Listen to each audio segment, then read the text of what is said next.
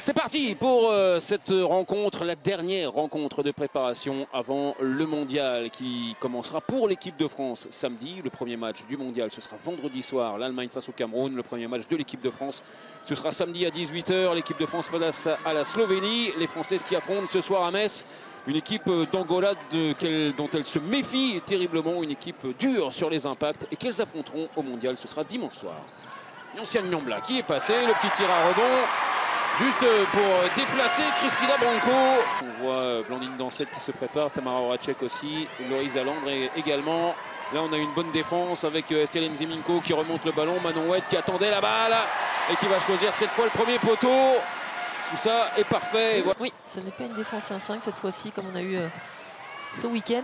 Ouais, mais là ça défend le fer hein, pour les Françaises avec une belle attaque, une belle passe de Grazali. Et le but de Béatrice Edwige. Kassoma avec Diallo, le croisé encore avec Machado, et ça c'est bien vu. Pour Jeannette Santos. Tamara Horacek. Et voilà, la petite passe là, elle est bonne. Avec Loris Alandre, la bonne passe de Dorlan Canor.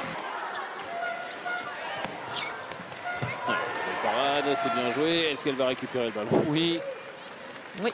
Grâce à la colle voilà. Sur le ballon. Azadi pour Orlan Canor qui s'est lancé, voilà.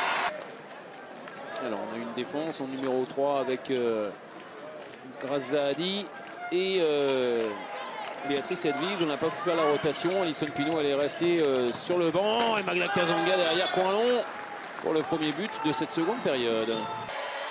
Je suis sûr que vous êtes capable de faire aussi selon ce que propose la défense adverse. Ça c'est bien vu, superbe passe de Camille Aiglon et le but de Loris Alandre.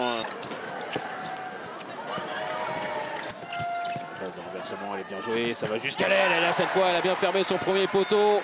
Léopathe Darleux face à Natalia Kamalandoua.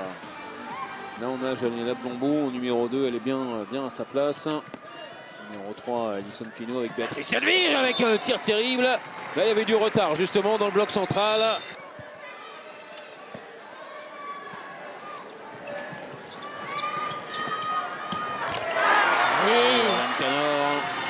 Qui répond tout de suite après. On peut aujourd'hui, j'ai envie de dire on peut aujourd'hui, mais à partir du week-end prochain, ça serait à éviter. Et encore plus quand oh là là, ça c'est magnifique. Superbe action, Zinaïde Carlos, ouais, c'est la meilleure joueuse peut-être en valeur pure hein, de son équipe. Elle a été longtemps blessée, mais là elle met un vent terrible à Tamara Horacek. Carlos encore, et ballon rendu aux Françaises. Allez, il y a encore 5 secondes pour aller mettre un but. Manon Oued qui va y aller. Il sera refusé celui-là, même si elle l'avait marqué, c'est dommage.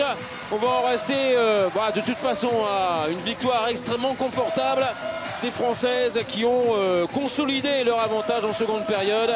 Elles étaient nettement devant à la pause. Elles sont encore plus nettement devant à la fin du match. Les Françaises s'imposent 30-18 dans ce dernier match de préparation avant le mondial pour les Françaises qui commence samedi.